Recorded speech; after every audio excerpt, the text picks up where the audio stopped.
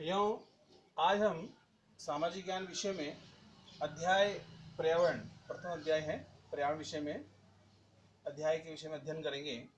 आज जैसे कि आपको विदित है, विश्व पर्यावरण दिवस 5 जून को संपूर्ण विश्व में पर्यावरण के रूप में, पर्यावरण संरक्षण के रूप में इस दिवस को मनाया जाता है। अगला है कि पर्यावरण बदल रहा है। जैसे भैया कि कुछ भैया जब स्कूल जा रहे थे तो उन्होंने देखा कि एक खेल मैदान को साफ करके वहाँ पर भूमि निर्माण कार्य प्रारंभ किया गया। तो भैयाओं ने पूछा कि क्या अब हमारा खेल मैदान नहीं रहेगा, या अगर निर्माण कार्य होगा तो बड़ी बड़ी बिल्डिंगें बन जाएगी, तो ये हमारे लिए खेल का मैदान कहाँ रहेगा। तो आने वाले समय में जब प्राकृतिक पर्यावरण मनुष्य की आवश्यकता पूर्ति कर रहा है तो ये पर्यावरण बदल रहा है। इस कारण बताया कि पर्यावरण बदल रहा है। पर्यावरण बदलने के कारण मानव अपनी आवश्यकता की पूर्ति के लिए अनचाहे पेड़ों को काटता जा रहा है। कई पेड़ जो है लगातार वृद्धि भी नहीं होती है। कई पर्यावरण को जंगल संरक्षण नहीं हो पा रहा है, जंगली पशुओं को आवास स्थान नहीं मिल पा रहा है। इस कारण आज मानव प्रजाति संकट में है, क्योंकि पर्यावरण बदल रहा है। ठीक है, अब आता है पर्यावरण है क्या। पर्यावरण हम किसे कहेंगे। पर्यावरण किसी भी जीवित प्राणी के चारों ओर उपस्थित जीव जंतु, वस्तु, पेड़, सब ये पर्यावरण कहलाते हैं। ठीक है, पर्यावरण के घटक प्राकृतिक होते हैं और मानवीय होते हैं। प्राकृतिक घटक में अपन देख सकते हैं जल, वायु, स्थल।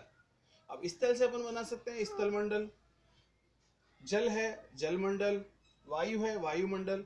अब वायुमंडल क्या करता है? वायुमंडल हमारे ओजोन परत की रक्षा करता है, जिससे सूर्य से आने वाले परिवर्तन की रक्षा करता है।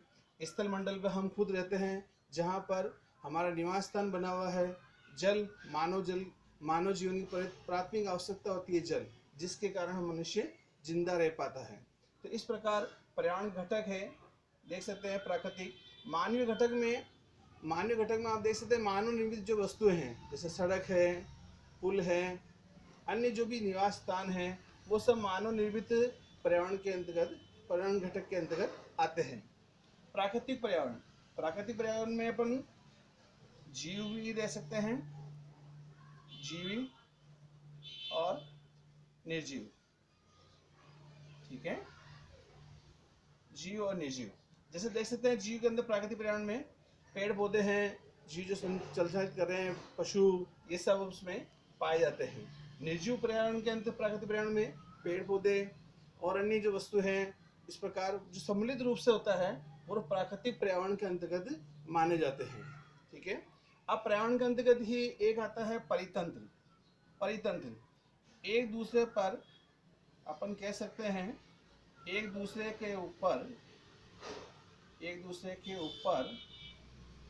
आश्रित होना।